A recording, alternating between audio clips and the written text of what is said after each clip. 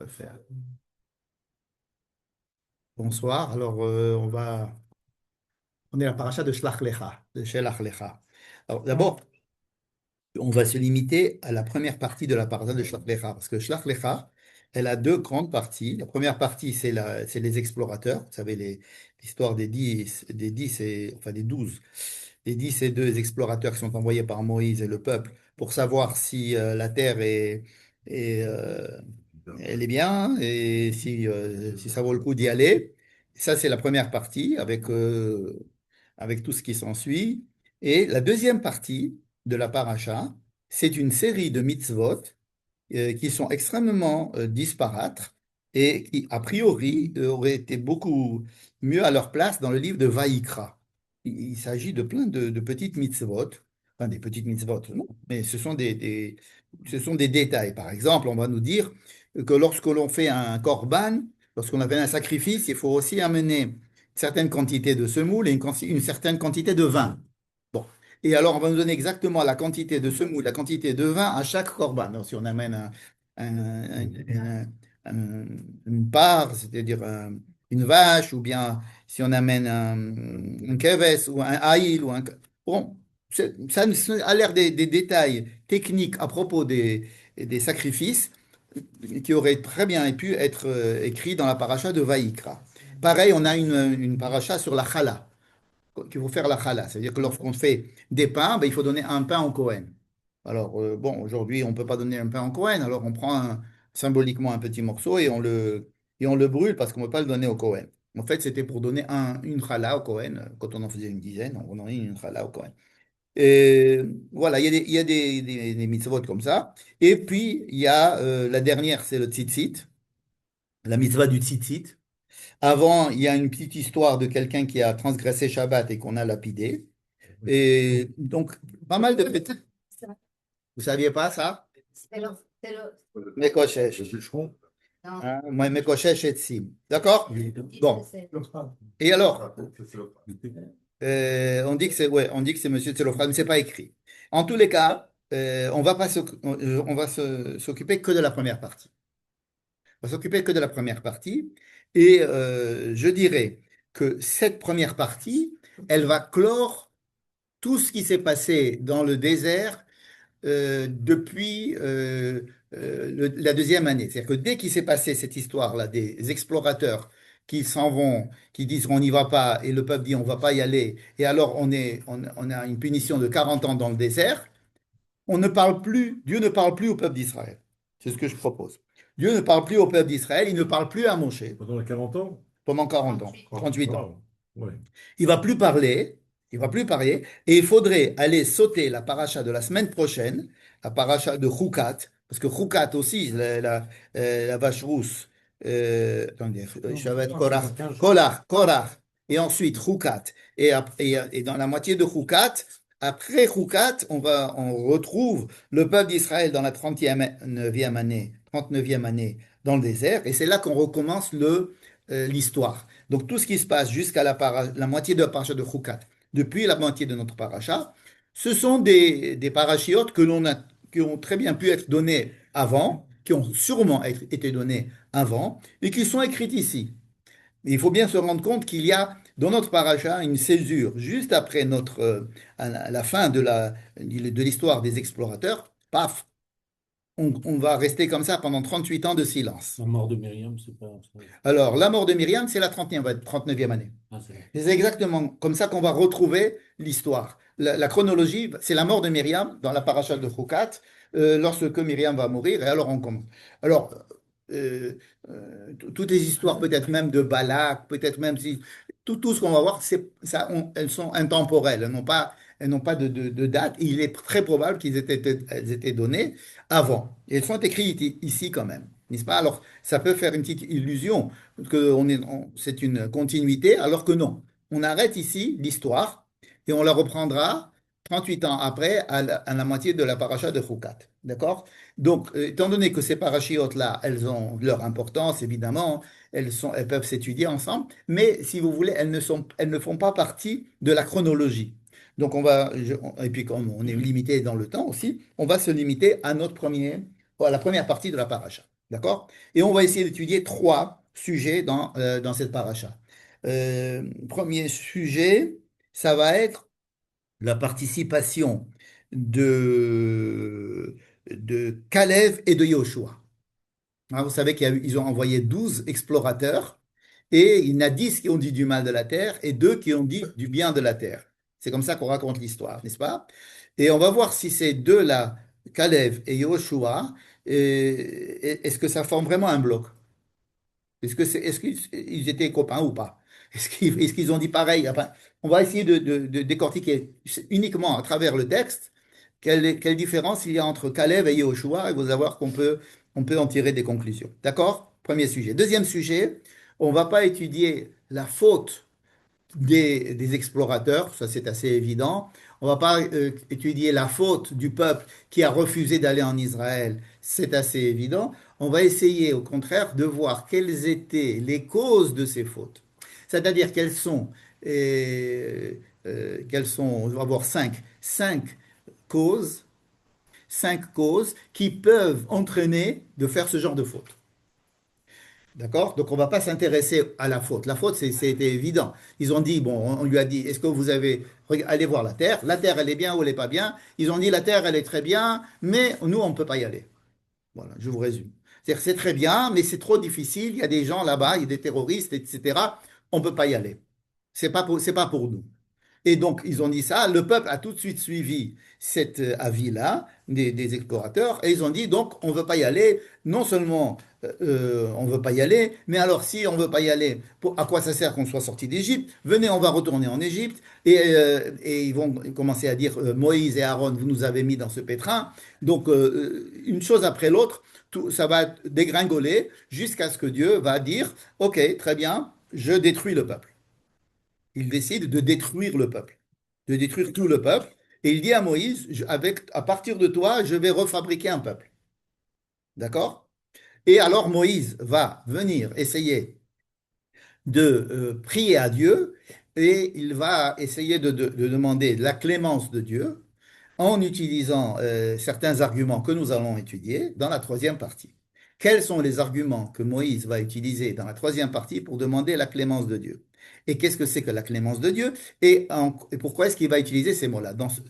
Et là, peut-être on parlera de ta question là de Chayani, n'est-ce pas? Donc, j'ai dit trois parties. Un, la différence entre Caleb et Yoshua.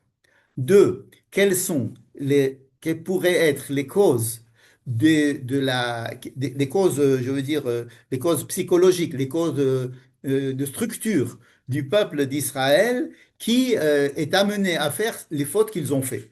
Parce que ce ne sont pas les gens qu'ils ont envoyés, ce ne sont pas ce sont pas des moindres, c'était les chefs de tribu, donc c'était des gens très importants. Et si la Torah nous raconte tout cela, c'est parce que c'est très important pour nous de le savoir à n'importe quelle époque. Et encore à notre époque, encore pire, encore plus. Donc, on va essayer de trouver les cinq causes qui peuvent entraîner un peuple à avoir cette attitude-là à ce moment-là, n'est-ce pas? Et le troisième partie, ça va être quelle est la stratégie que va employer Moïse pour demander le pardon à Dieu. En fait, il ne va pas lui pardonner, il va simplement dire, OK, je ne détruis pas cette génération, mais enfin, cette génération ne rentrera pas en Israël, je les tue pas tous, afin qu'ils puissent donner naissance à une deuxième génération, et c'est la deuxième génération qui rentrera en Israël. C'est ça la décision finale, n'est-ce pas? Mais, donc, trois parties, d'accord? Caleb et Joshua. Un. Deux, les cinq causes qui peuvent amener un peuple à faire ce genre de faute. Troisièmement, quelle est la stratégie de Moïse pour essayer euh, de calmer un peu la situation, essayer d'apporter ce qu'on appelle en hébreu, erech hapaim, c'est-à-dire un peu de miséricorde, on va dire, un peu de miséricorde. Bien. Donc, le premier sujet, on a dit, c'était Yoshua et Caleb. Ils ne disent pas, je sais que vous n'avez pas les textes, mais c'est pas grave, moi je l'ai. Moi j'ai le texte. Alors, je vais vous lire à peu près les versets les plus importants pour que l'on sache un petit peu de quoi il s'agit. Bon, le texte nous dit que Dieu demande à ce qu'on envoie les explorateurs. Moïse leur dit ce qu'il faut aller chercher, à savoir est-ce que la terre est bonne, est-ce que les villes sont bonnes. Enfin, il leur demande de faire vraiment une exploration de la terre. Ils s'en vont à 10 personnes. Ce n'est pas de l'espionnage, C'est pas de l'espionnage, parce que l'espionnage, ça va être fait par Josué qui va envoyer, 40 ans après, il va envoyer vraiment deux espions pour vraiment faire du vrai espionnage, à savoir par où attaquer, etc. Mais et là, ils vont s'appeler vraiment des espions, des Meragelim. Ici, ils ne s'appellent pas encore des Meragelim, ils s'appellent des Tarim, c'est-à-dire une visite, comment on appelait ça, une visite d'études. Hein, avant de faire la rallye, on faisait des visites. Voyage d'études. Voyage d'études. Explorateurs, en fait. Hein? Explorateurs, Explorateur, c'est très bien. Voilà. Et donc, ils vont à 10 et c'est pas, ils se cachent pas, quoi. Ils vont à 10 et puis ils vont. Et donc, ils reviennent et ils disent, la terre est magnifique, et ils ont des super fruits, les gens sont très forts, ils sont trop forts et nous, on est vraiment pas à la hauteur et donc on peut pas y aller. Conclusion, on peut pas y aller. En fait, ils ont non seulement rapporté les faits, qui sont probablement vrais, mais ils en ont tiré une conclusion assez rapide en disant on ne peut pas y aller. Ce qui fait que tout le peuple a commencé à pleurer et et donc il y a eu un grand vacarme. Et le verset 30 du chapitre 13, verset 30, c'est là qu'intervient Caleb. Kalev. Alors, qui est Kalev? Kalev est un des représentants de ces tribus, puisqu'il y en avait 12 représentants des 12 tribus. Kalev est le représentant de la tribu de Juda. D'accord. Kalev ben Yefune, Vayahos Kalev, Vayahas, pardon, Vayahas Kalev et Aham. Kalev essaie de faire taire le peuple et leur a dit une phrase très courte. Alona ale, nous pouvons monter en Israël. Veyarash nuota, on va arriver à conquérir la terre. Ki yachol nuchal la, parce que nous avons la capacité de le faire. Donc, alona ale, nachon, alona ale, veyarash nuota, ki yachol nuchal la. C'est tout. Et il dit qu'une seule phrase. Vous remarquerez que Josué n'est pas avec lui. Il n'y a que Caleb qui parle. D'accord? Cela est important. Il y a pas, Yoshua ne parle pas avec Caleb ici. Caleb parle seul. OK? On a toujours l'impression qu'ils sont deux, mais là, il est tout seul. D'accord? Bon. On continue. Et alors, en opposition à ce que lui propose, les autres personnes qui sont montées avec lui disent Lo nuchal. On peut pas. Lui dit on peut, lui dit on peut pas. Voilà, ça se résume là.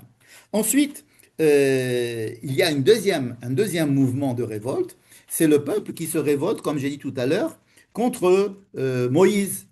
Hein, Vaïlonu al Moshe ve'al Aaron, donc le verset 2 du chapitre 14. Alors là, ils se remontent. Ils sont remontés sur Moshe et Aaron et ils leur ont dit, on aurait pu mourir en Égypte, ça aurait été préférable plutôt que de mourir dans le désert. Hein. Et pourquoi Dieu, donc ils ne sont pas simplement contre Moïse et contre Aaron, ils sont aussi contre Dieu. Pourquoi est-ce que Dieu a fait tout ça pour nous apporter ici? Tout ça pour qu'on meure à la guerre contre ces gens-là qu'on nous décrit comme étant des très grands guerriers et même des géants. Alors, on a encore le temps de retourner en Égypte. D'accord? Et donc, Nitenarosh venashuva Mitzrayim. Venons, on va se nommer un nouveau chef. Donc, c'est vraiment une grande révolte. Et nous allons retourner en Égypte. En Égypte, voilà. Donc c'est un deuxième mouvement. Premier mouvement, c'est on ne peut pas y aller, tout le monde pleure, c'est la catastrophe. Deuxièmement, on se ressaisit un petit peu et on dit, mais alors, si on ne peut pas y aller, alors pourquoi est-ce que vous nous avez amenés ici? Et vous voulez quoi? Vous nous avez amenés pour nous tuer? Il vaut mieux qu'on retourne en Égypte. Et donc, vous, Aaron, Moïse et Dieu, euh, vous nous avez amenés pour mourir. Et donc, ils se révoltent contre Moïse, Aaron et Dieu. Très bien. Et c'est à ce moment-là seulement que Josué prend la parole. D'accord? D'accord. Josué, maintenant, il prend la parole. Et avec lui, il y a Caleb. C'est-à-dire, Josué prend la parole et Caleb se met avec lui. D'accord? Comme si c'était Josué qui, cette fois-ci, va donner ses arguments propres. Et Caleb est d'accord avec lui. Vous comprenez? C'est qu'il n'y a pas écrit Caleb et Josué, il y a écrit Josué et Caleb aussi. D'accord? Et là, Josué, quand est-ce qu'il intervient? Lorsqu'on a attaqué Moïse. Vous avez remarqué? Il n'est pas intervenu jusqu'à présent. Il n'intervient que lorsque Moïse et Aaron ont été attaqués. Et c'est à ce moment-là que lui prend. Euh, oui, j'ai oublié de dire que Moïse et Aaron, comment ils réagissent? Ils ne réagissent pas. Ils baissent leur face. Vaïpol Moshe et Aaron al penehem. D'accord? Ils sont abasourdis, ils ont plus de mots, voilà. D'accord? Ce qui est assez étonnant de la part d'un Moïse qui est quand même assez courageux dans des cas comme ça. Et là, il Paul Alpanav. D'accord? Euh, c'est une réaction qu'il va avoir aussi vis-à-vis de Korah dans les semaines après, mais il va se reprendre tout de suite après. Mais là, il ne se reprend pas. Qui c'est qui reprend la parole? On a dit que c'est Josué. Comme si Josué venait pour remonter l'image de son maître, c'est-à-dire d'essayer de venger pas de venger son maître, mais de prendre la parole à la place de Moïse. Et Caleb le suit. Et alors là, le texte est beaucoup plus long. C'est-à-dire ce que va dire Josué est beaucoup plus long. Ils vont dire, nous sommes allés, la terre est très bien, et si Dieu nous aime, comme on dit, si Dieu veut, si Dieu nous aime, ben, il nous amènera là-bas, ben, Dieu nous la donnera. Mais ne faites surtout pas d'esclandre contre Dieu, n'est-ce pas? Dieu sera avec nous. Dieu est avec nous. C'est-à-dire, il parle de Dieu. Hein, il dit Be'ezrat Hashem ou Baruch Hashem, hein, ce qu'on dirait aujourd'hui en termes religieux comme ça. Al Tiraoun. Et alors, ça n'a pas calmé du tout les gens. Voyons Kol Ha'edah, donc tout le monde a voulu les lapider. Il a lapidé qui? Ah, Yoshua, Caleb, Moïse et Aaron. Ils voulaient tous les lapider. Et c'est à ce moment-là que Dieu intervient. Donc je résume ici pour l'instant. Caleb, il a dit, est-ce que Caleb parle de Dieu? Non. Il dit, allez copains, oh, ça va, on peut y aller. Allez, on y va. On y va, allez. Ça y est, très vrai, ça suffit. Allez, on y va. On pourra y aller. On va gagner. Allez. D'accord? Ça, c'est Caleb. Tandis que Yoshua, il dit, Dieu est avec nous. Si Dieu décide, si Dieu vraiment le désire, il faut croire en Dieu. Il faut pas trop faire du mal à Dieu. Soyez avec Dieu. Enfin bref, il fait une prêche comme ça religieuse pour dire, pardon. Benjamin. Lui, il est de Binyamin, oui, effectivement. Mais il est donc Et de Ephraim. Yehoshua Ephraim, de Yosef, pardon. Ephraim. Mais ça veut dire qu'il est de l'autre côté de Yehuda. C'est vrai qu'il y a vous savez, il y a Yehuda et Yosef, et lui, il est plutôt de l'autre côté. Mais c'est pas ici, on ne va pas rentrer dans cette histoire, bien qu'on puisse le faire. Yehoshua, il va avoir un discours, on va dire, religieux. Hein. Allez, il faut croire en Dieu, allez-y, pourquoi pas, Dieu va, n'est-ce pas? Imaginez, vous avez un malade mourant et le médecin qui vient qui dit, on va le sauver. Ouais, vous allez voir, on va le sauver. Et puis un autre qui dit, non, mais on va lui changer son nom et vous allez voir, Dieu, il va aider. Deux possibilités, deux attitudes différentes, n'est-ce pas? Donc on voit déjà ici deux discours un peu différents. Ensuite, Dieu prend la parole. Bon, Dieu prend la parole, on sait ce qu'il va dire. Il va dire, OK, je tue tout le monde. Moïse va intervenir en lui disant non, et ça on va voir tout à l'heure. Et ensuite, Dieu va dire, tous ces gens-là vont mourir et ils ne vont pas rentrer en Israël. Sauf un. Non. Il dit, Imiru et Haaretz asher nishbati. Je suis dans le verset 23 du chapitre 14. Imiru et Haaretz asher nishbati la'avotam vechol menaatzai lo yiruha. Personne de tous ces gens-là ne verront la terre. Jusqu'à- Tout le monde. Tout le monde. Tout le monde, c'est tout le monde. Donc Moïse aussi. Donc Aaron. Hein, et tout le monde. N'est-ce pas? Sauf Abdi Kalev. Uniquement un va rentrer, c'est Kalev. N'est-ce pas? Mais Abdi Kalev. Et pourquoi Caleb? Parce que c'était le seul qui a eu un esprit différent des autres. Il a eu une position différente des autres. D'accord? Vaimale Aharai. Et il a rempli ce que j'attendais de lui pour être derrière moi. Alors, je répète, Caleb est celui qui a dit, allons-y, ça va pas, non, on va y aller. Yoshua, il dit, avec l'aide de Dieu, pourquoi pas? Et que Dieu, il dit, qui c'est qui a rempli la fonction que Dieu attendait, qui est allé avec Dieu, c'est pas Josué, c'est Caleb. Josué va rentrer, mais pas pour l'instant. Pour l'instant, Dieu il dit c'est que Caleb. Pourquoi Caleb? Parce que lui, il a su comment prendre les choses, et c'est lui qui est allé derrière moi. Mais c'était lui qui a été Me'acharai. C'est lui qui a représenté ma position dans le monde, aux yeux des gens. Un peu comme Marshall. Oui, oui, les Yehuda, ils sont assez. Pourquoi Caleb n'a pas eu la Hanaga? Pardon. C'est une très bonne question. Quoi? Pourquoi Caleb n'a pas eu la Hanhaga? C'est des choses. C'est une très très bonne question.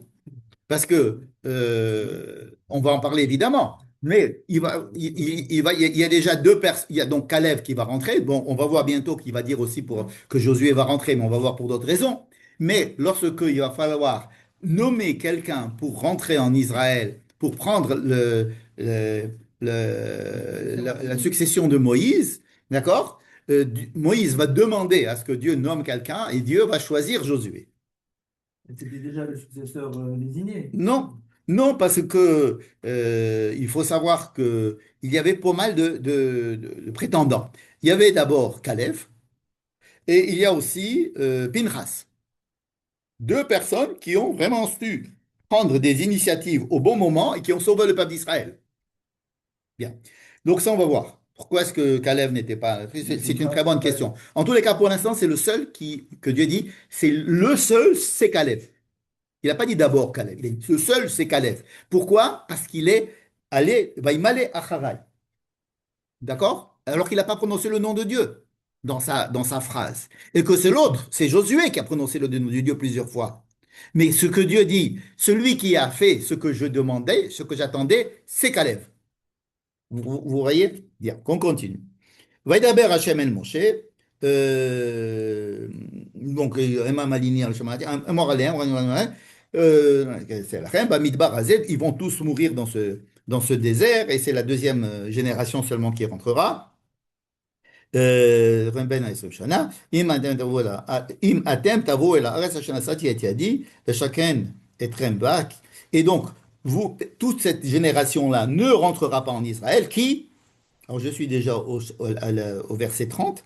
Qui im Caleb ben Yefune be Yoshua bin Nun. Et là, il fait rentrer Yoshua bin Nun. Donc là, il y a une phrase où il fait rentrer Caleb et Josué. N'est-ce pas? Caleb et Josué. Bon. Et pourquoi Josué? On ne sait pas trop aussi pourquoi. Par contre, si nous allons chercher la même histoire racontée par Moïse dans le livre de Devarim, vous savez que le livre de Devarim, Moïse raconte toutes ces histoires. Il a une autre version, évidemment, de tout ce qui s'est passé.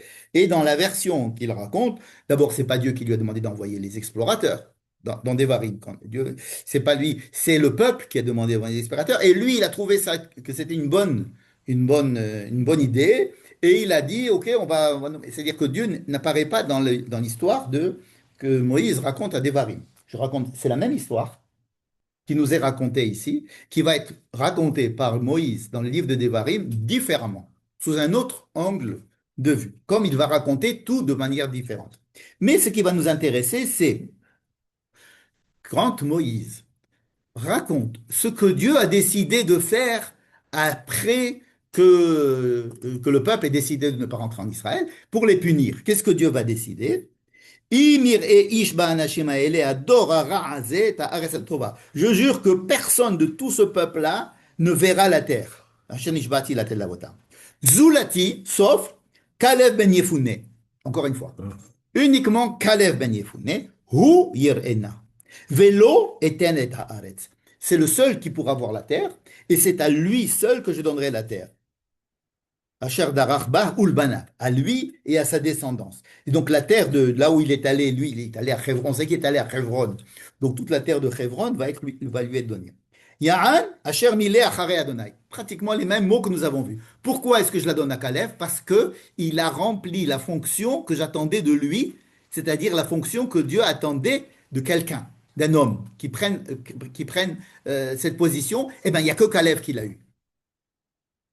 Encore une fois, que Caleb. Et Moïse continue en disant, Gambi hit anaf Adonai biglalchem. Et vous savez, même moi, Dieu, il s'est énervé contre moi et il m'a dit que je n'allais pas rentrer en Israël. À quel moment? C'est la deuxième année en sortant d'Égypte. On est très, très, très avant l'histoire du bâton, etc. L'histoire du bâton, ça va être 38 ans après.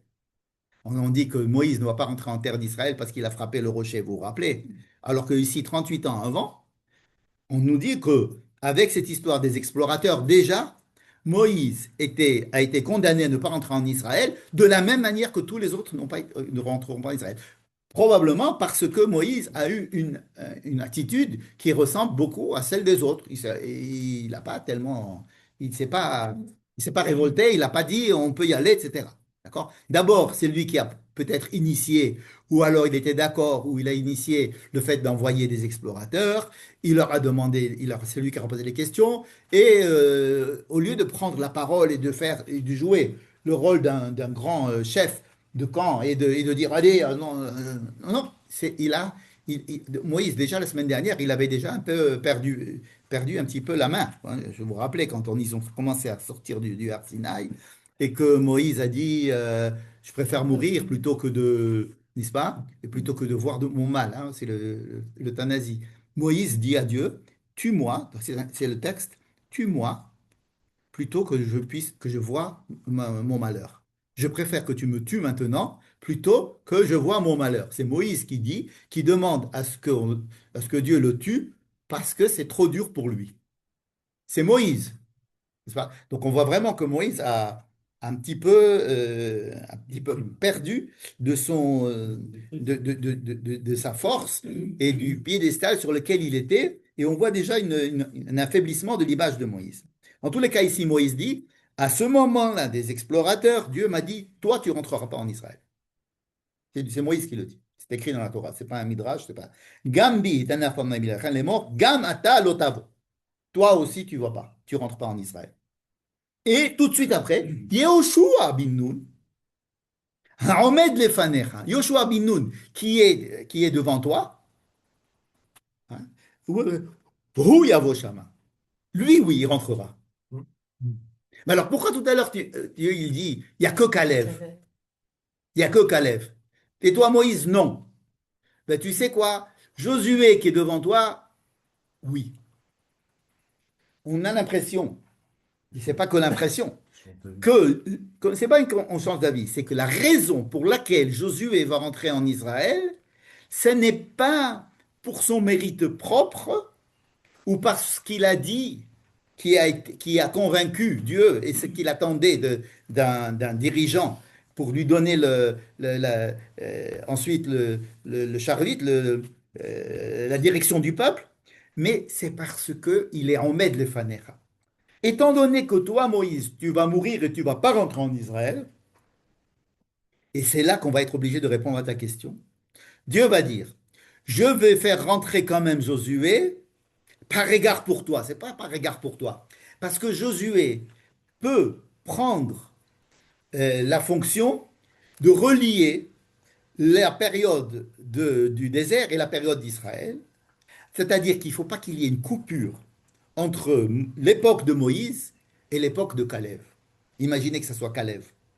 C'est-à-dire qu'on va prendre l'époque de Moïse, qui est assimilée à la génération des gens qui ont dit du mal de la terre ou bien qui ne voulaient pas rentrer en Israël, et, et on va mettre donc Moïse avec eux, et, et on va mettre Caleb qui va rentrer en Israël. Il y a ici un gros problème de césure entre ces deux mondes. Le monde qu'on va appeler religieux, de la Torah, de Moïse, etc., et le monde sioniste de gens qui veulent et qui sont prêts à se battre, etc., pour pouvoir gagner la terre d'Israël et la conquérir même en se mettant, en mettant la vie en danger. Il y a ici un choix, un compromis du choix de Josué qui va venir permettre le lien entre la Torah de Moïse, tout ce que Moïse a enseigné dans le désert, depuis la sortie d'Égypte, mais surtout depuis le don de la Torah. On n'entend pas tellement Josué, dans la sortie d'Égypte. On l'entend lorsqu'il faut faire la guerre contre Amalek et le don de la Torah. Josué monte avec Moïse pour recevoir la Torah sur le mont Sinaï. Hein. Et Josué était avec Moïse dans la tente. Il ne sortait pas de la tente. Ça veut dire que Josué, c'était vraiment, je n'allais pas dire le fils de Moïse, mais le fils spirituel de Moïse. Rappelez-vous qu'au début de la paracha, Moïse va lui changer son nom. Qui c'est qui donne un nom? C'est le Père. Moïse va changer le nom de Josué. Hein. Il va l'appeler, au lieu de l'appeler Hoshéa, il va l'appeler Yehoshua. Il va lui faire un Yud. D'accord? Et pourquoi? Comme si Moïse était là, le protecteur de Josué. Donc Josué, c'est, si vous voulez, c'est le remplaçant de Moïse. Et alors, on l'associe au discours de Caleb, mais a posteriori, pour lui donner la légitimation de pouvoir quand même rentrer en Israël et conduire le peuple. Et nous voyons donc ici qu'il y a effectivement deux raisons complètement différentes pour lesquelles Caleb et Josué vont rentrer. Caleb, parce que c'est le seul qui a compris ce que ça voulait dire de venir en Israël et de se battre. Allo na'ale v'yarash nuota. Et Dieu va dire que cette phrase qu'il a dit, c'est la phrase qui remplit le mieux ce qu'attendait Dieu d'un homme. Vous comprenez? C'est que Dieu, il ne va pas dire, ah, c'est celui qui a dit Baruch Hashem. Il va dire, c'est celui qui a dit, allez, on y va. Prenons les armes, on y va, on va pouvoir y aller, venez. Ne soyez pas défaitistes, on va pouvoir gagner la guerre. Ah, là, Dieu, il dit, c'est lui lui, il est devant moi. Lui, il est avec moi. Vous voyez? C'est lui qui est avec moi. Tandis que Josué, qui a eu un discours où il disait, non, c'est Dieu qui est avec nous, si Dieu, Imchafetz Hashem Banu, etc., il faut pas se révolter contre Dieu parce que Dieu, quand même, c'est quand même important, etc. Lui, il va être coopté uniquement parce que c'est l'élève de Moïse et qu'on ne veut pas qu'il y ait une césure entre l'époque de Moïse et l'époque d'Israël. Bon, mais Caleb aussi, il n'y aura pas eu de césure. Pardon? Avec Oui, parce que Caleb n'est pas l'élève de Moïse. Caleb c'est quelqu'un qui est du peuple et qui vient et qui dit, hop, il a quand même pris une grande responsabilité. Hein. Regardez quand Pinchas, par exemple, Pinchas va venir. Aussi, il va y avoir une situation où Moïse ne va pas trop savoir quoi faire. Rappelez-vous, dans l'histoire de Zimri et des Benot Moav, etc., Moïse n'a pas pris une décision à ce moment-là voilà, pour être gentil avec lui. Et donc, par contre, Pinchas va se mettre en danger et il va trancher et il va pouvoir se mettre en danger lui aussi. Et c'est donc lui qui va recevoir les honneurs de Dieu. N'est-ce pas? Il veut dire Donc, Cohen, c'est là que. ouais, c'est un Cohen qui voulait devenir Cohen. Alors, d'accord? Donc, si vous voyez ces versets, on s'est appuyé uniquement sur les versets. On se rend compte vraiment qu'il y a ici deux Hanhagot. Il y a deux manières de diriger le peuple. Celle de Caleb, qui va être euh, très pure, je vais dire pure, parce qu'il n'y a que son mérite, ce qu'il a voulu dire, sa personnalité, sa phrase, qui va lui donner le droit de rentrer en Israël. Tandis que Josué, on a l'impression que c'est peut-être un peu parce qu'il a dit, mais surtout parce que c'est l'élève de Moïse qui va rentrer en Israël. D'accord? Maintenant, je vais aller au livre de Josué. C'est le livre d'après la Torah, c'est le livre de Josué. Chapitre 14. Josué, donc c'est lui qui va prendre la direction du peuple, etc. Il va il va partager la terre en chaque tribu, n'est-ce pas? Et donc là, on est dans le chapitre 14, verset 6, verset 20, d'accord? Josué 14, 6. Il y a les enfants, la tribu de Yehuda qui vient à Josué. Et alors, ils ont des réclamations, ils ont des demandes particulières par rapport à toutes les autres tribus qui, en principe, ont été choisies par le sort, le Goral, le nombre de personnes, et Dieu a décidé déjà chaque tribu où c'est qu'elle va s'installer en Israël, selon ses qualités, selon le nombre, etc. N'est-ce pas? Mais les enfants de Yehuda vont venir à Josué, Bagilgal, voyons où est là. Et ils vont lui dire, regardez bien ce qu'ils vont lui dire. Kalev ben Yefune Hakenizi,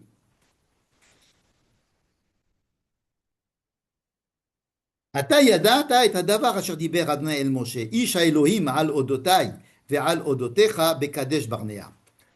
Donc Caleb prend la parole face à Josué. Josué, rappelle-toi de ce que Dieu a dit à notre sujet lorsque nous étions à Kadesh. Kadesh, c'est la ville à partir de laquelle ils ont envoyé les explorateurs et ils sont revenus à Kadesh. D'accord? Kadesh, c'était dans le Midbar Paran, c'est au sud d'Israël, au sud du Negev. Tu te rappelles de ce qui s'est passé dans le Negev et rappelle-toi ce que Dieu a dit à notre sujet, à mon sujet en tous les cas. C'est Caleb qui parle. Et ce qu'il a dit à ton sujet. Pas ce qu'il a dit à notre sujet. Ce qu'il a dit à mon sujet et ce qu'il a dit à ton sujet. D'accord? J'avais à l'époque 40 ans, lorsque Moïse nous a demandé de partir pour explorer la terre. Et je suis revenu et je lui ai dit ce que je lui ai dit. N'est-ce pas? Par contre, tous mes frères qui étaient avec moi, ils ont dit du mal de la terre et ils ont démoralisé le peuple. Par contre, moi, j'étais le seul à remplir la fonction que Dieu attendait de nous. J'étais derrière Dieu, mon Dieu. Caleb est en train de raconter l'histoire à Josué. Et, monsieur Josué, rappelle-toi que Moïse, ce jour-là, avait promis, d'accord, que la terre serait, je me reviendrai, la terre, la terre de Hebron, la terre, tout ce qui est autour de Yehuda, là, ça va m'appartenir à moi et à mes enfants. Qui m'est- ועתה הנה החיה השם אותי כאשר דיבר זה 40 שנה, et voilà que Moïse m'a laissé vivre encore 40 ans, donc 45 ans, donc maintenant j'ai 85 ans. Caleb dit à Josué, maintenant j'ai 85 ans, d'accord? Et voilà, je suis aujourd'hui, j'ai 85 ans, je suis encore solide, Chazak, cher, j'ai la même force que quand j'avais 40 ans. Et je peux encore sortir à la guerre et je peux encore être dirigeant de la guerre. Et toi, Tenali est rasé. Donc tu dois en fait remplir la promesse de Moïse et de Dieu envers moi. Donc donne-moi cette terre-là. La terre de Hebron et la terre de Yehuda. D'accord? Donc, parce que, pardon? Il ne veut pas la recevoir au début, cette terre. C'est ce qui était prévu. Et là, il lui dit, rappelle-toi, c'est ce qui était prévu. Donne-la moi. Et il lui rappelle quoi? Il lui rappelle cette histoire. Comme si je... Regardez, quand je vous ai lu ça, vous avez l'impression de deux copains. Vous avez l'impression de deux ennemis, de deux gens qui n'ont pas été, qui n'étaient pas ensemble, qui sont venus pour des raisons différentes. Quand Yoshua fait le découpage, il n'a pas prévu que cette partie-là était pour Yehuda et Caleb. Oui, alors, nous avons ici, c'est le point où je voudrais en venir, il y a deux manières de conquérir la terre, d'avoir la terre d'Israël. La première manière, c'est celle de Josué, qui continue l'alliance de Moïse et qui va partager la terre selon le Goral de Dieu avec Moïse, et donc Josué va continuer l'entrée dans la terre et il va partager la terre et il va justifier la partition de la terre par la fidélité à l'alliance de Moïse et la décision de Dieu de partager la terre. Dans ce sens-là, effectivement, chacun a sa terre. D'accord? Et Yehuda devait avoir probablement Hebron. Mais il y a ici quelque chose de très différent. Il y a une deuxième manière de s'approprier la terre, qui est une manière de, j'allais dire, sioniste de la part de Caleb. J'ai mérité la terre par par mon mérite personnel. Et donc Dieu me l'a donné, cette terre-là, par mon mérite personnel. Même si cette terre, en fin de compte, aurait pu être donnée par partition. Mais la réclamation ici de Caleb, c'est quoi? J'ai un droit sur cette terre qui n'a rien à voir avec le droit que toi, tu es en train de donner à tout le monde d'avoir cette terre. Et que c'est pas lui faire. Le principal, c'est qu'il a. Non, Il demande pas plus que ce que Yoshua lui avait donné. Il n'en demande non, pas plus. non. Mais la raison pour laquelle il va avoir cette terre est différente. C'est pas, Ça change quoi? ça change. Ouais, ça change. Alors, qu'est-ce que ça change? Ça change que nous voyons que Caleb et Hévron, que Caleb et sa famille, et sa descendance, et Ben Kenaz, etc., tous les gens qui vont sortir de là-bas, ils vont avoir un rapport à cette terre qui n'est pas le même que celle qui est de la partition. C'est comme si, je ne sais pas, c'est comme si vous avez un héritage qui est à vous, et de l'autre côté, le Bitoire Léoumi a décidé de distribuer de l'argent à tout le monde. Donc, je reçois l'argent du Bitoire Léoumi parce que tout le monde doit recevoir, mais moi, c'est un argent qui me vient d'une autre raison. Mais bien au-delà de la raison pour laquelle Calais va avoir cela, nous voyons qu'il y a deux manières, qu'il va y avoir deux conquêtes de la terre. Il va y avoir deux raisons différentes d'habiter la terre. Une raison, c'est d'être Me'achoré Hachem. Et donc d'être venu. Imaginez que, par exemple, que chacun des tribus, ils aient eu une réaction du genre de Caleb. Alors ils seraient venus et ils auraient conquis leur terre. Et peut-être qu'on n'aurait pas eu besoin de la partager avec le Goral, avec le Brit, avec Josué. Vous comprenez? Ces deux Moi, manières. j'aurais su qu'est-ce qu'il revient. Bon, écoute, à la fin, les gens ils vont prendre leur terre. Mais c'est comment est-ce qu'on rentre à l'intérieur de la terre? De l'Ouest. C'est comment est-ce qu'on va rentrer? Est-ce que c'est par le mérite? C'est parce qu'on est, ou parce que Dieu a promis à Abraham, Isaac et Jacob, et qu'il a promis à Moïse, et donc il a promis à Josué, et donc il va donner la terre, selon ce que Dieu a promis, et selon la manière dont Moïse a compté les gens à Arvot Moab, et savoir l'arabe Tarbi Nachalato, Velamrat Tamit Tahalato, c'est les décisions de Moïse qui sont selon la Torah et qui sont selon les décisions de Dieu, Moïse, Josué et tout ce que l'on connaît. Et là, nous avons une exception. Une exception, c'est Caleb, mais qui n'est pas décrit comme une exception, il est décrit comme celui qui a fait ce il aurait fallu faire. C'est lui qui a eu la Ruach HaCheret, et c'était lui qui était Me'achoré Hachem. Et ça ne donne pas les mêmes descendants. Et ça ne donne pas les mêmes gens. C'est vrai. Pas comme Vous allez- à Hebron. Les gens de Hebron sont différents, vous avez raison. Il y a d'autres personnes, on va faire une petite digression ici si vous permettez, il y a d'autres personnes qui vont avoir leur terre de façon un peu différente de celle de la partition de la terre par Josué. Ça va? Vous avez Gad Réhouven, par exemple, d'Aaron et la moitié de Ménaché, qui vont dire on voudrait nous installer à l'est du Jourdain. Mais nous avons aussi des tribus, fils de Joseph, Ménaché et Éphraïm, dont on sait qu'à l'époque de Joseph, lorsque Joseph était vivant et qu'il était roi d'Égypte, enfin prince d'Égypte, et que ses enfants étaient donc fils du prince d'Égypte, et qu'ils savaient très bien que leur famille habitait en terre de Canaan, et la terre de Canaan appartenant à l'Égypte, ils sont allés conquérir des territoires en Eretz Israël. Ils sont morts. Pas tous. Pas tous. Alors, on décrit les Éphraïm qui sont ils sont morts, parce que Béné Éphraïm, oui, mais Béné Gilad et Béné Machir, Ben Ménaché, ils sont allés conquérir des villes dans le Golan, dans l'est du Jourdain. Et ils ont habité là-bas. Et ce sont des Juifs qui sont partis d'Égypte à l'époque de Joseph, avant l'esclavage, et qui ont fait là-bas des villes, qui ont créé des villes, qui leur ont donné les noms de leurs enfants. Hein, il y a Machir, Ben Ménaché, Gilad, tout ça, ce sont des noms des enfants de Ménaché. Et lorsqu'on va sortir d'Égypte et qu'on va aller là-bas, Moïse va leur dire, ben, écoutez-vous, vous avez qu'à aller chez vos cousins germains, reprenez vos villes. Reprenez les villes, vous avez, il y avait des Juifs qui étaient là déjà depuis 200 ans, depuis l'époque de Joseph.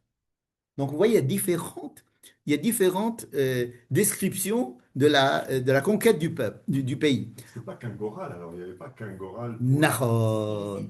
Exactement. Le Goral, c'est une manière, c'est un truc qui vient de Moïse, qui vient de Josué, qui vient de Dieu, qui vient de deuxième Pékoudim, Nahon, pour voir combien Nachalato, combien vous êtes grand.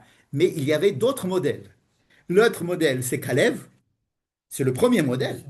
Et en principe, le modèle de Caleb n'est pas un modèle annexe. Ça aurait dû être le principal modèle, celui de la conquête avec force et avec volonté de vouloir monter, être dans l'esprit de Dieu. Et le véritable esprit de Dieu, c'est pas parce qu'il va dire Baruch Hashem, c'est parce qu'il va prendre la bonne décision au bon moment et dire qu'on va aller faire la guerre. Et d'autres vont avoir des terrains différents. Réhouven, Gad, Ménaché, et surtout Ménaché avec tous.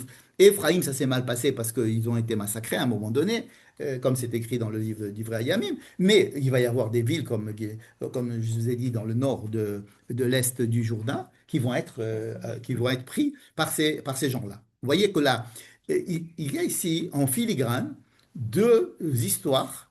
Une histoire qui est. Vous vous rappelez l'histoire, on avait parlé de Bene Kehat et Bene Gershon Gamhem. Vous vous rappelez de ça? Bene Kehat et Bene Gershon Gamhem. Alors, ici, Bene Kehat, c'est comme si c'était Kalev. Il n'est pas Lévi. Mais c'est comme si c'était Kalev, vous comprenez? Le type, c'est eux l'essentiel. C'est le type qui dit, allez, on va y aller, on va pouvoir. Et l'autre qui dit, non, il faut voir, peut-être, oui, non, on ne sait pas. Bon, une deuxième génération, on verra peut-être. Bon, alors, eux aussi, on leur a donné une manière de pouvoir entrer en Israël avec Josué, pour ne pas trop les fâcher, traumatiser que Moïse est mort et qu'il ne rentre pas. Hein, le double Moïse. Et donc, on les prend eux aussi. Et là, cette histoire-là que je viens de vous lire dans le livre de Josué nous montre que quand Caleb il vient face à Josué et qu'il lui raconte cette histoire, en fait, il lui raconte l'histoire qui aurait dû être celle de tout le peuple d'Israël, celle de la force. La force et du chosen. Chosen en hébreu, ça veut dire quoi? Ça veut dire euh, la, euh, euh, la force psychologique. Il y en a qui disent que c'est la résilience. Hein. C'est-à-dire le chosen, c'est quelque chose qui nous permet d'avancer, etc. N'est-ce pas? Donc, voilà, ça c'était le premier point que je voulais aborder, à savoir la différence qu'il y a entre Josué et Caleb dans cette histoire-là, qui est intéressante, n'est-ce pas? Deuxième sujet, d'accord? Deuxième sujet, c'est justement cette histoire de Chosen. Qu'est-ce que c'est ce Chosen? C'est-à-dire quoi?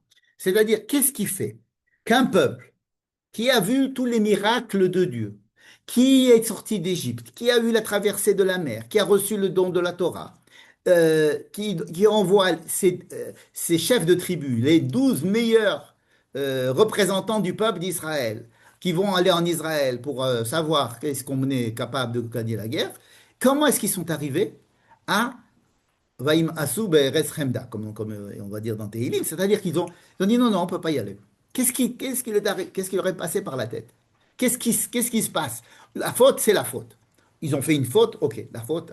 Mais quelles sont les raisons qui peuvent induire un tel comportement Manque de confiance. en soi?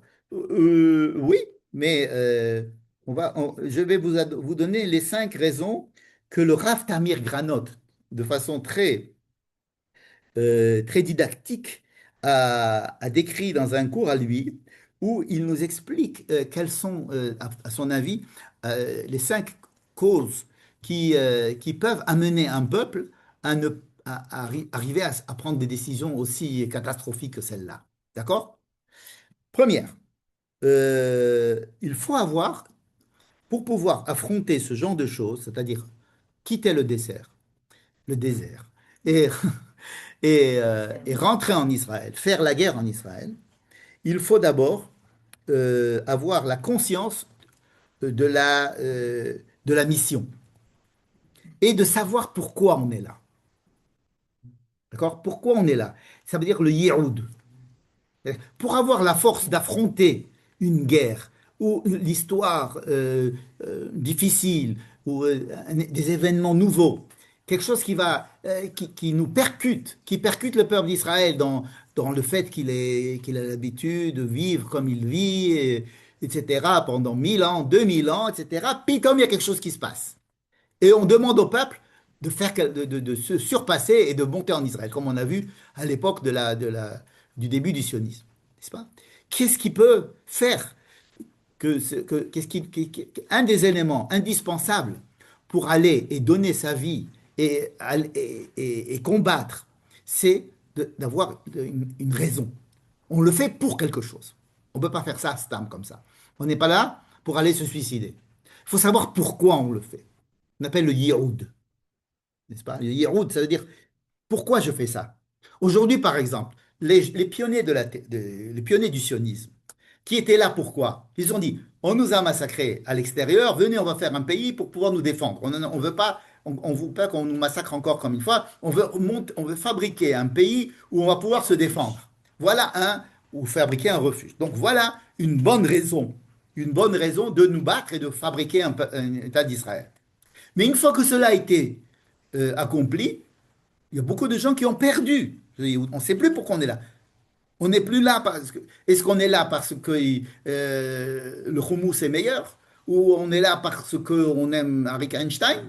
Mais parce que la Terre, elle est là et on est là. On a une bonne. Donc, cette perte de raison pour laquelle on doit se battre, c'est catastrophique. Quand on perd la raison pour laquelle on se bat, c'est catastrophique. On peut quitter le pays, on peut arrêter, on arrête la motivation. Donc, ça, c'est le premier. Motivation parce qu'on sait pourquoi on est en train de se battre. Deuxièmement, avoir une mémoire historique. Qu'est-ce que c'est que mémoire historique? C'est-à-dire ne pas voir le moment que nous sommes en train de vivre, mais le mettre dans une perspective historique. Dire oui, c'est vrai que je ne vais pas arriver aujourd'hui à obtenir tout ce que je voudrais obtenir. Mais il faut voir par rapport à ce qui s'est passé avant, où c'est que j'en suis. Il y a eu des gens qui ont prié pour moi, qui sont morts pour que une génération puisse venir après une autre génération, jusqu'à aujourd'hui. Il y a une histoire avant et une histoire après. C'est-à-dire que lorsqu'il faut se placer, donc deuxième condition, c'est qu'il faut savoir se placer dans une histoire historique qui va me dépasser largement et qui va me donner. C'est en relation avec ce qu'on a dit, parce que ça me donne le yiroud, ça me donne la direction, la raison d'être, pourquoi je suis là. Mais il faut que je sois. Il y a pas, c'est pas simplement une raison d'être immédiate qui va me dire oui, alors bien, il faut faire ça parce qu'il y a ça, et puis on va arriver à ça. C'est aussi le fait de me mettre à l'intérieur d'une histoire bien plus large qui va dans lequel je suis un élément un élément de cette histoire. Et ça donne énormément d'humilité et de courage, parce qu'on se dit, OK, si je suis, même si je meurs à la guerre, OK, mais je suis qu'un élément de la chaîne, et donc, même si je vais souffrir, mais peut-être mes enfants, etc. Et donc, c'est parce que mes parents voulaient se mettre à l'intérieur de l'histoire. C'est la deuxième condition. Troisième condition, la foi et la confiance dans la direction du peuple. C'est capital. C'est capital. La foi la foi dans savoir que les gens qui sont en train de nous diriger, ce sont des gens ils repartent la même, c'est-à-dire qu'ils font ça pour nous, pour nous, c'est pas pour leur intérêt personnel, et ils font ça et ils ont la capacité de le faire. C'est très important. Alors, on va voir déjà ces trois premiers points. Est-ce que le peuple d'Israël, on peut dire qu'ils avaient ces trois choses? Vous savez, on dit, mais ils sont sortis d'Égypte alors. Mais alors, ils sont sortis d'Égypte, d'accord, mais ils n'ont pas toute l'histoire devant eux. Nous, on sait qu'ils sont sortis d'Égypte, ils sont rentrés en Israël. Mais eux, ils ne savent pas. Ils sont sortis d'Égypte, c'est tout. Ils n'ont pas la mémoire d'Abraham, des pères. Non, oui, Abraham peut-être, mais ils ne savent pas où ils vont. Ils voient pas. Par exemple, nous, on se dit, mais comment? Ils sont sortis d'Égypte, ils avaient Dieu, etc. Mais imaginez aujourd'hui, les Juifs, on a l'État d'Israël qui a été créé, on a gagné des guerres, on est arrivé à des séguim incroyables, mais on ne sait pas qu'est-ce qu'il va y avoir demain. Alors, il y a des gens qui se disent, ouais, mais tu te rends pas compte, mais alors, et on n'a pas tellement, on n'a pas sur quoi nous baser pour avoir la foi sur ce qui va être demain. Ok, hier, avant-hier, il y a 50 ans, ok, mais on connaît pas la fin de l'histoire. Quand on ne connaît pas la fin de l'histoire, on ne peut pas on ne peut pas être en possession des tenants, des aboutissants de tout ce qui va se passer. Ok, ils sont sortis d'Égypte, mais ils sont maintenant dans une situation catastrophique. Et donc pour eux, c'est la fin. C'est la fin, on va mourir. Et beaucoup de gens, au 7 octobre, ont dit, alors c'est la fin. Ou bien l'Iran nous attaque, c'est la fin. Où on va aller, c'est-à-dire qu'il y a beaucoup de gens qui peuvent perdre l'espoir parce qu'on est à l'intérieur d'un processus qui n'est pas encore fini. Et comme on est à l'intérieur de ce processus, nous n'avons pas la capacité de voir toute la globalité de l'histoire. Et donc, nous, c'est facile pour nous de dire, ouais, mais ils ont, comment ça, le peuple, ils sont sortis d'Égypte, ils ont fait ça, ils vont rentrer en Israël. On connaît l'histoire, on sait que ça va bien se finir. Enfin, bien se finir, en tous les cas, qui vont pas, ça va pas être la fin. C'est pas la fin de l'histoire. C'est pas la fin de l'histoire. Or, ce qu'ils voient, eux, c'est la fin de l'histoire. C'est le bout du tunnel. Ils disent, ça y est, on va imaginer, Chaz Shalom, aujourd'hui, on va dire, ça y est, il y a la bombe atomique qui va nous arriver dessus. En Israël, paf, c'est fini. Et tout le monde commence à trembler. Alors, à juste titre. Parce que peut-être que oui, peut-être que non, on ne sait pas. Enfin, nous, on a quand même beaucoup plus de recul qu'à l'époque. Nous, on a On a du recul sur eux, mais on n'a pas du recul sur nous. ouais, enfin, 2000 ans d'histoire, on est parti. Mais il y a beaucoup de gens aujourd'hui qui recommencent, qui vivent l'histoire telle qu'elle est aujourd'hui. Tu es d'accord? Et donc, alors on dit les religieux, ils ont plus des mounas parce que les religieux, ils étudient l'histoire en la rappelant, en la revivant, en se disant, ouais, mais c'est calme-toi, il s'est passé la même chose et ça s'est bien passé après. Il y a la promesse, il y a les choses. Mais quelqu'un qui n'est pas religieux, quelqu'un qui n'est Il pas. n'a aucune raison de rester. Alors, d'abord, il se dit la raison pour laquelle mes parents sont venus, elle est finie, d'accord?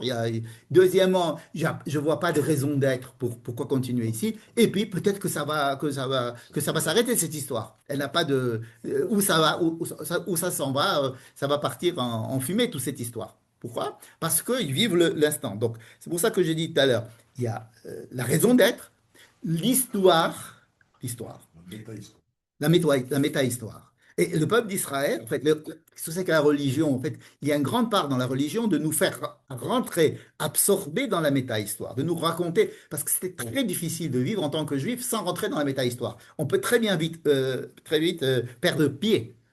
On peut très bien. Imaginez des juifs qui sont allés dans les fours crématoires et qui continuent à faire Pessah à l'intérieur des camps de concentration et des gens qui sont sortis. Comment, avec quelle force? Alors qu'ils voyaient la fumée, ils voyaient que c'était fini. Et comment est-ce qu'il y a eu quelque chose qui est ressorti de là et qui a refabriqué quelque chose? C'est incroyable. C'est-à-dire qu'il y a quelque chose il faut se relier à lui, autrement on ne peut pas, si on n'est pas relié à lui. Donc la Hanaga, c'est très important de savoir que nous avons des gens qui sont en train de faire des choses pour nous et que ces gens-là sont en train de travailler pour nous et pas pour eux. Ils ne sont pas des intérêts personnels en train de. Ces gens-là à l'époque, c'était qui? Moïse, Aaron et Dieu. Ah oui. Moïse, Aaron et Dieu. La confiance dans la Minhagim, c'est-à-dire de savoir que Moïse et Aaron n'ont pas des intérêts personnels et qui ne sont pas là en train de se jouer de nous, c'est hyper important. Et ils peuvent très bien remettre tout en cause. Alors nous, on sait que c'est Dieu qui a dit ça à Moïse. Enfin bon, quand on sait que Dieu a dit à Moïse, c'est parce qu'on le lit. Mais que les gens, ils sont là-bas, Dieu dit à Moïse. C'est Moïse. Hein? C'est Torah de Moshe. Moshe Haïsh, Asher Elam Israël, Lo Yadanu Yalo. Il faut se mettre, quand on dit, ah oui, imaginez qu'on raconte notre histoire dans 3000 ans et qu'on dise alors le peuple d'Israël, il est arrivé en Israël, ils ont fabriqué la Médina d'Israël, il y a eu des miracles extraordinaires, on ne sait pas, quand ils vont raconter ça, ils vont se rendre compte que nous sommes en train de vivre des miracles incroyables, que si on voit les forces en présence, les intentions des autres, etc., comment est-ce qu'ils ont pu continuer, etc. Et comment ils pouvaient douter? Mais c'est évident que ils étaient en train. Mais non, nous on est dedans, on ne voit pas Dieu en train de parler, comme tu disais d'ailleurs, on ne voit pas le nuage de Dieu en train de nous dire fais ça, qui se lève le nuage et qui nous dit allez maintenant voyager. On ne le voit pas. Comme à l'époque, ils ne voyaient pas. On ne voit pas la main de. Aaron, il voulait vraiment rentrer en Israël, il le croyait. C'est une très bonne question. Est-ce que Moïse et Aaron voulaient rentrer en Israël? Écoute, Moïse. Les Manékim, il fallait suivre les Manékim. Visiblement, ils n'avaient pas assez de sionisme. C'est pas une question de sionisme. Il y a quelque chose qui manquait à Moïse, c'est évident. C'est que Dieu n'a pas décidé d'empêcher de rentrer à Moïse pour rien. Je vais te dire ce qui lui manquait à Moïse. Depuis quand il lui manquait quelque chose à Moïse? Depuis le début, depuis le buisson ardent. Depuis le buisson ardent, il y avait déjà. Je ne voulais pas. Il avait des réticences. c'est pour ça qu'on lui a adjoint Aaron, et après on va lui adjoindre Yoshua, c'est parce que il y a dans la direction du peuple d'Israël des exigences contradictoires. C'est-à-dire, pour diriger le peuple d'Israël, il y a des exigences qu'on attend de Manhigim qui sont contradictoires. D'accord? On veut que ça soit quelqu'un qui nous attire spirituellement. Mais d'un autre côté, on veut quelqu'un qui doit nous donner du courage matériellement. Il y a des gens qui doivent. Donc, est-ce que le soleil, comme on compare Moïse au soleil, est-ce que le soleil peut rentrer en Israël? Et parce qu'Israël a besoin de rentrer à l'intérieur du monde matériel. La rentrée en Israël, c'est comment faire descendre des lumières énormes d'en haut pour les faire rentrer en bas. Le but de la création du monde. C'est ça, rentrer en Israël. Et c'est quelque chose d'extrêmement compliqué de faire en même temps les deux. Le passage des deux, à la fois être soleil et lune. Pour rentrer en Israël, il faut être lune. Josué était lune. Moïse était soleil. D'accord? Alors le soleil, c'est le soleil, mais c'est pas la lune. C'est quoi, Pauline? Être lune, c'est-à-dire savoir recevoir et savoir transmettre. C'est ne pas être, c'est pas être sans arrêt en train d'illuminer les gens, de donner, Envoyé. c'est avoir une capacité de réceptivité. Vous savez, il y a un joli commentaire qui dit que euh, Eretz Kenaan, pourquoi on l'appelle Eretz Kenaan, la terre de Kenaan, en hébreu Kenaan, c'est la soumission, l'ehikana. C'est qu'il faut qu'en Israël, il y a une dose de soumission à avoir vis-à-vis de la réalité, un petit peu ce qu'on avait dit la semaine dernière à propos de la résilience on doit savoir que ce n'est pas nous qui dirigeons tout. On ne peut pas tout contrôler. Il y a quelque chose qui nous dépasse. Il faut avoir une certaine humilité lorsqu'on est en Israël, pour vivre en Israël. C'est l'humilité de la lune qui éclaire, mais qui dit, mon éclairage, il vient du soleil. N'est-ce pas? Donc, le soleil, oui, oui, c'est formidable. Mais en Israël, il faut être lune. Il faut être lune. Donc, il ne faut pas être dans la lune, non, mais bien. Ensuite, euh, un point qui peut être associé au second, mais celui de se dire que nous sommes à l'intérieur d'un processus et nous ne contrôlons pas tout le processus. Nous ne sommes que dans une pièce, c'est une étape dans un processus très long. C'est-à-dire avoir l'humilité de savoir, de comprendre que nous faisons partie d'un processus qui nous dépasse et dans lequel nous devons apporter notre petite pierre, mais que le processus est beaucoup plus grand. D'accord? C'est un petit peu en relation avec ce qu'on a dit à propos de l'histoire, qu'il y avait une histoire d'avant, une histoire après, Netzach Israël, etc. Ensuite, cinquième point, il y en a six alors. Alors, il y en a six. Cinquième point, c'est la souplesse. Souplesse d'esprit. Souplesse d'esprit. Moi, j'ai dit que Sukkot, c'est la fête de la souplesse. Parce qu'on sort d'un jour où c'est Abraham qui est patron de la Souka et on rentre dans le deuxième jour où c'est Isaac qui est patron de la Souka, alors que ça n'a rien à voir. C'est comme euh, le Parti socialiste pour rentrer au Front National et puis que le troisième jour, on va quitter ça pour aller devenir écologiste, etc. C'est sortir d'une. Et donc, il faut avoir une certaine souplesse d'esprit à Sukkot. On nous apprend la souplesse d'esprit euh, pour savoir rentrer dans une idée et puis avoir la souplesse d'esprit de pouvoir en changer. Et ça, c'est quelque chose qui est indispensable pour avoir une certaine, comme on a dit tout à l'heure, le mot dont on a dit. Et où? Non, non, ouais, Hossein, hein? Non, c'est la semaine. Résilience. Résilience, merci, résilience. C'est pour avoir une certaine Détermination. résilience. Dans la résilience, il y a aussi une manière vous savez que le roseau qui se plie mais ne rompt pas. C'est-à-dire savoir avoir la souplesse, avoir le loulav comme ça, Nahon, savoir être avec lui, mais être avec lui aussi. Ça veut dire, oui, tu as raison, oui. Et donc à pouvoir changer de disquette. C'est ça qui a permis au peuple juif d'avancer. Pouvoir changer de disquette. Ça, c'est quelque chose qui est absolument indispensable. Comment demander à des gens qui sortent d'un esclavage? C'est-à-dire que l'esclavage, c'est quoi? C'est la formatation. C'est la formatation d'esprit. Et c'est exactement le contraire de ce qu'il aurait demandé, à savoir changer de disquette, parce qu'on va faire autre chose maintenant. On va switcher. C'est très difficile pour un peuple qui sort d'Égypte, qui est esclave, et on va lui dire maintenant, allez, hop, change. Imaginez, 2000 ans, on m'a dit que l'essentiel c'était d'être dans les yeshivas, d'étudier, et puis tant on me dit qu'il faut aller maintenant à l'armée. Ça va pas, non? Il faut commencer à changer tout, à changer les choses changent, il faut savoir changer. Et c'est ça qui va donner la force au peuple d'Israël. Et c'est ça qui leur a manqué aussi. Dernière chose, et savoir prendre des risques. Savoir prendre des risques. Ça, c'est l'histoire de Kehat. Vous vous rappelez, on a étudié Kehat. Kehat, Bakatef Issa, ou rappelez-vous du très joli commentaire du Mea Shiloach à propos des Bene Kehat. Il disait, il savait prendre des risques, il savait rentrer dans les sfekot. Je ne sais pas si vous vous rappelez, ça fait déjà 3 semaines, c'est très très long. Mais il savait rentrer dans les sfekot. Il pouvait, parce que quand on va prendre des initiatives, on va rentrer dans une histoire que l'on ne connaît pas forcément, puisque c'est une nouvelle histoire, qu'on va me demander de m'adapter à une nouvelle situation. C'est forcément avec des risques, parce que je sais ce que je faisais la dernière fois, c'était comme ça. Mais la prochaine fois, je ne sais pas. Il y a un très joli commentaire du Orach Chaim HaKadosh. Vous connaissez? Le Rav Chaim David, c'est Orach Chaim HaKadosh. Il dit, pourquoi est-ce que Moïse, il n'est pas rentré en Israël? Parce qu'il a frappé 2 fois le rocher. Pourquoi il a frappé 2 fois? Il a dit qu'une première fois, on l'a frappé. Pour être sûr, on va le frapper 2 fois. Si une fois ça a marché, on va faire 2 fois.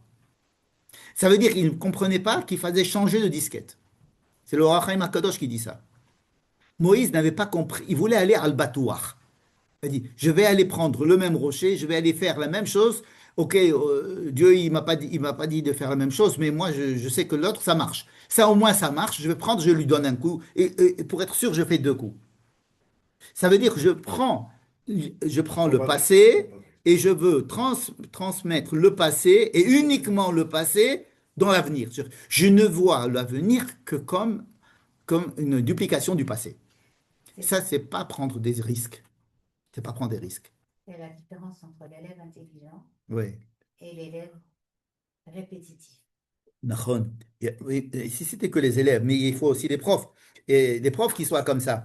Parce qu'il faut que des profs ils puissent s'adapter à la nouvelle génération et savoir comment enseigner. S'il veut enseigner de la même manière qu'on lui a enseigné lui, ça va être un peu compliqué. Il faut qu'il apprenne aussi comment. C'est-à-dire que ce qui se présente à nous est une demande énormément de souplesse et de savoir prendre des risques.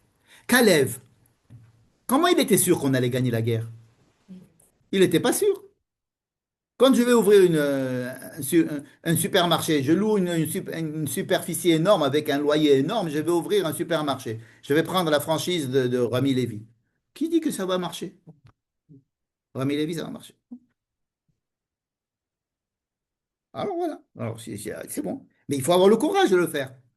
Prenez, achetez ces ménayottes, comment ça s'appelle? Les actions sont formidables. Mets tout ton argent dans les actions. Donne-les à Murdoch. C'est un grand danger. C'est prendre des initiatives à savoir changer de disquette. Et ça demande énormément de conditions. Je les répète.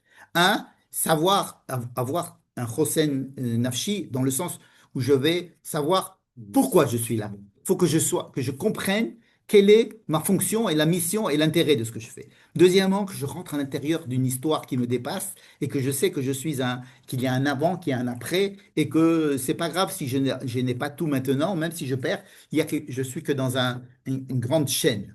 Ensuite, avoir confiance dans la Hanhaga, avoir confiance dans ce qui m'attire. Ensuite, avoir une gmichut, c'est-à-dire une souplesse d'esprit et pouvoir prendre des risques. Tout cela, ils n'avaient pas. Ils n'avaient pas, ils ne pouvaient pas l'avoir. C'était très C'est pas difficile. grave, c'était encore C'est plus. très, très Il compliqué. sortait à peine d'être esclave. Un esclave, toutes ces trous notes-là, c'est des choses qu'il ne peut pas avoir. D'accord. Mais si ça nous est décrit, si ces choses-là nous sont décrites, Et si on nous dit que jusqu'à présent, on est encore en train de payer le prix c'est pas pour nous dire qu'il y a une faute et alors on est tous en train de payer le prix. C'est pour nous dire que ces éléments qui sont indispensables au pouvoir, pour pouvoir affronter l'avenir et rentrer dans des nouvelles ères et les Edgarim, les défis qui sont demandés au peuple d'Israël, il faut qu'on étudie tous ces éléments-là pour que puissions les avoir nous-mêmes, à chaque génération et encore plus à notre génération. Aujourd'hui, il y a des gens qui voudraient, qui refusent de rentrer dans l'histoire, alors que l'histoire, elle est évidente, et qui veulent absolument rester dans un carcan et ça fait un clash énorme. Ça fait un clash énorme. Ça veut dire que une autre manière de voir la faute des, des explorateurs, c'est de dire que c'est très joliment décrit. Ils étaient tous dans les yeshivot, dans le désert, avec Moshe comme Rosh Yeshiva et Dieu comme Mashgiach. Et on va pas abandonner tout ça pour aller faire la guerre. Ils peuvent manger C'est le kiff total pour une certaine partie du peuple d'être avec la Torah. Voilà. Hachem. Et ils voulaient rester dans la Torah. recevoir à manger. Ils voulaient rester dans la Torah. Mais le peuple n'avait pas forcément accès à tout ce kiff spirituel. Si, si, c'est une situation. C'est pas, ils étudient pas la Torah, il n'y avait pas de Gemara, il y avait la Torah, je vous dis, oubliez la Torah, ils ont entendu les 10 commandements, c'est tout. La Torah, c'est à la 40e année, ça va être écrite par Moïse, elle va donner au Lévi. Il n'y avait rien. Qu'est-ce qu'il y avait? Il y avait cette ambiance d'enfants qui sont pris en charge par nourris, logés, avec tout le monde qui leur dit qu'est-ce qu'il faut faire, etc.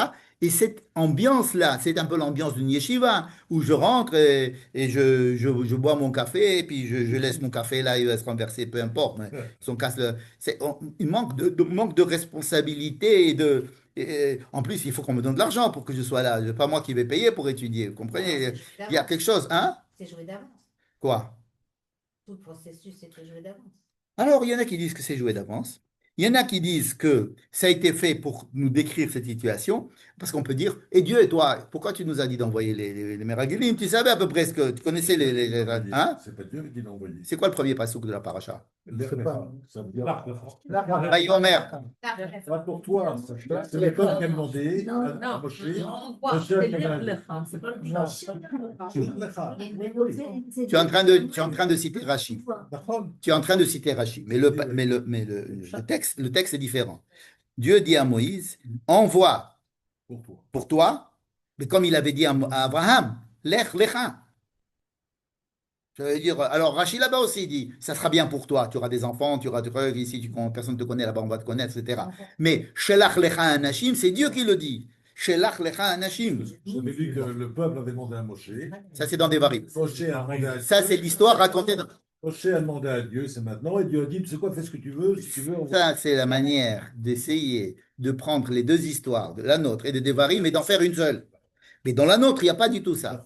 Dans la nôtre, c'est Dieu, il nous dit voilà. Et je te dis les gens qu'il faut que tu envoies. C'est celui-là, et celui-là, et celui-là, et celui-là. Et tu n'en vois pas d'autres. C'est Dieu qui est commandant. C'est-à-dire qu'il y a ici comme comme si c'était peut-être une possibilité, une sortie, une issue de sortie que Dieu pouvait dire, écoutez, ok, peut-être que vous pouvez y aller. Venez, on fait un test. Comme il a dit à Moïse, tu sais quoi, j'ai décidé de ne pas te faire entrer en Israël. Mais peut-être que tu as changé. Je veux pas faire du déterminisme. Viens, allez, essaye de parler au rocher. Ah, tu le frappes, tu vois. Tu es resté pareil qu'avant. Moi, j'ai l'impression que vous n'allez pas pouvoir rentrer en Israël. Mais enfin, je vous le dis quand même. Allez, hein, et puis on va voir votre réaction. Hein. Et quand est-ce qu'on sait comment on sait que Dieu il savait? Parce que quand il les a fait sortir d'Égypte, Velo nacham Elohim derech eretz pelishtim ki karovu ki amar Elohim peni nachem ha'am birotam milchama v'shavu mitzrayma. Il les a pas voulu les faire partir, rentrer en Israël tout de suite, parce qu'il a dit ils vont rentrer, ils vont commencer à avoir peur, ils vont pas vouloir rentrer, je vais leur faire un stage dans le désert. Déjà, dans le début de la paracha de Veshalach, on voit déjà que Dieu, il savait déjà, mais il leur donne des moyens de se rattraper. Non, il n'y a pas de déterminisme. Dieu, il donne à chaque fois des possibilités, et si ça marche, ça marche, si ça marche pas, au moins que vous sachiez pourquoi ça marche pas. Mais il peut pas dire, ok, c'est foutu d'avant, parce que dans ce cas-là, il n'aurait pas construit le monde.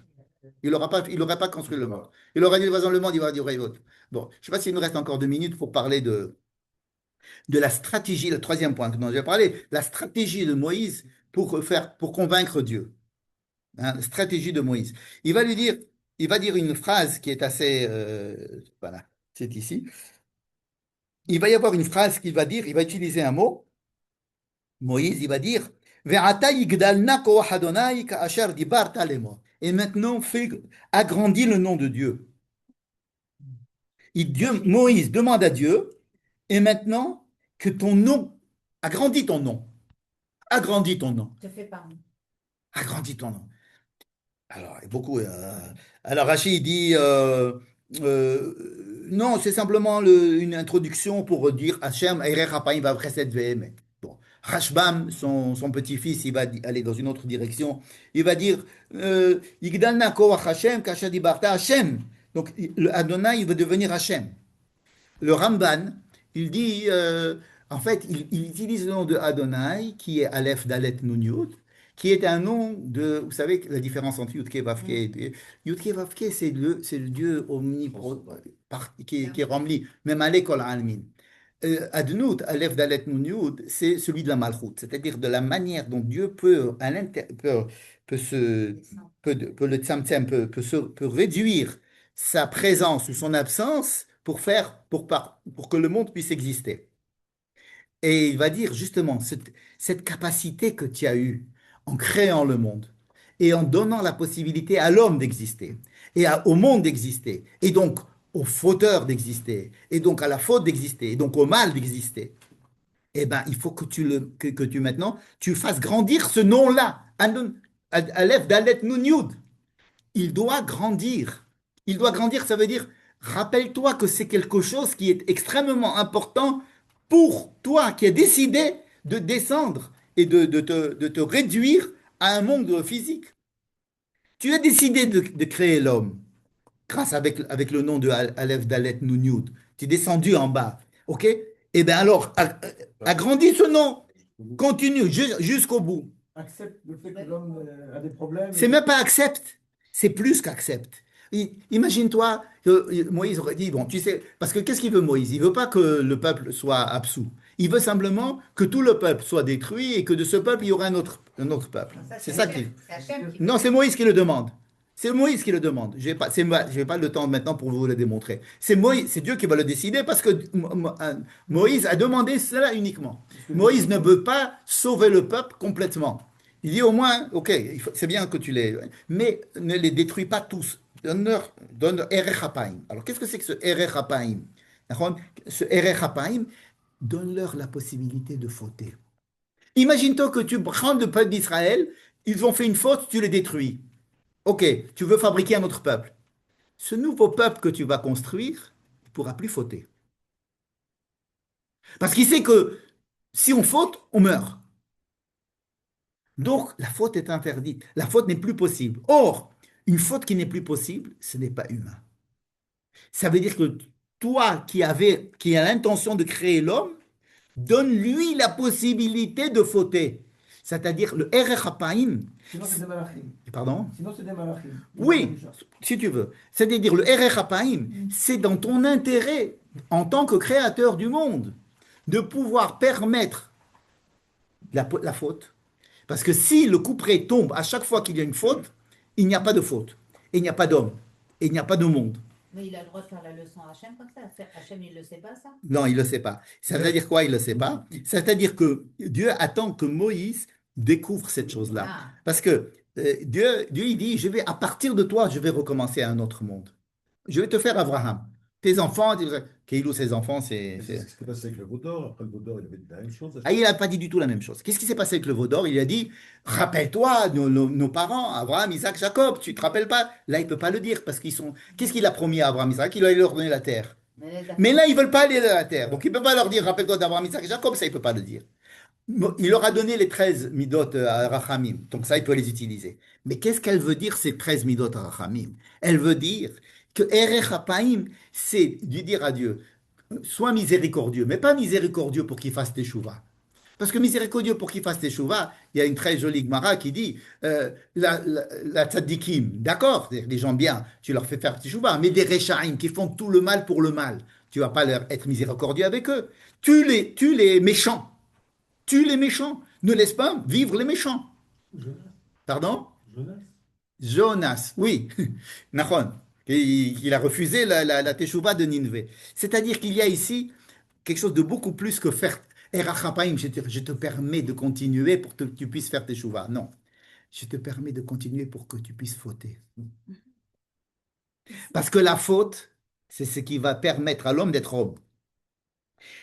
Sois clément avec eux pour pouvoir permettre à l'homme de continuer de fauter et ne pas l'obliger à faire le bien sans arrêt. C'est une explication extraordinaire. C'est bête de dire ça en 2 minutes à la fin d'un cours, mais c'est extraordinaire. Cet argumentaire de Moshe qui explique comment est-ce que Dieu, quel est l'intérêt nous avons, nous, à donner à Dieu la possibilité d'être clément avec les bons, avec les méchants. Et on a encore plus intérêt à ce qu'il soit bon avec les méchants, et donc de permettre le mal dans le monde, parce que c'est ce qui permet à l'homme d'être homme. Sinon, on serait des anges, on ne serait pas des hommes. Je ne comprends pas quelque chose. Ouais. Si il agrandit son nom, ça veut dire qu'il n'y a plus le Tzimtzum qui permet. Alors, quel nom il va agrandir? Le nom qui va le faire. nom de- Non, Aleph, Dalet, Nun, Yud, qui est le nom du Tzimtzum. Vous comprenez? Agrandis ton nom de Tzimtzum. Ça veut dire prends ton... Exactement, renforce ton Tzimtzum. C'est du plus. Prends le nom de Aleph, Dalet, Nun, Yud et lui-même, donne-lui l'importance qu'il mérite. Voilà, passez une bonne semaine. Parfois, j'ai deux. Ouais, d'accord, attendez, on va simplement arrêter le machin comme ça. Voilà, je vous ai... C'est énorme.